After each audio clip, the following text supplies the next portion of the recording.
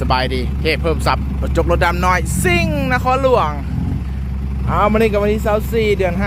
2016จัดไปเมื่อกี้นี้ไปหินครบสกายแล้วรถนึงอันนี้เอาทรายไปเนี่ยนะขอบใจลูกค้าใจดีเด้อเดือนใส่บริการเทพเพิ่มซับเฮาเพราะว่าจะเป็น6 ล้อ 10 ล้อรถยกเนาะควบคุมเสาเพื่อนควบคุมเสาต่อหม้อโค้งหนองนาหนองน้อยงานปั๊มระดินต่างๆนะใส่แบบจุกๆเลย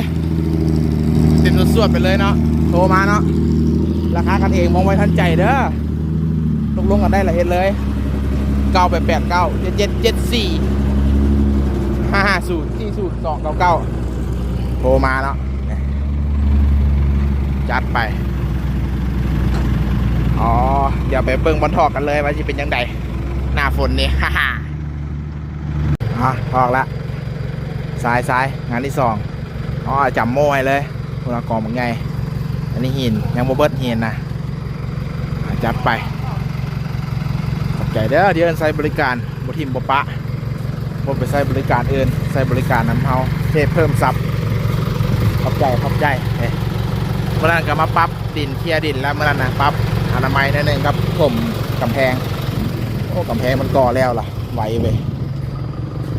ขอบใจฮะ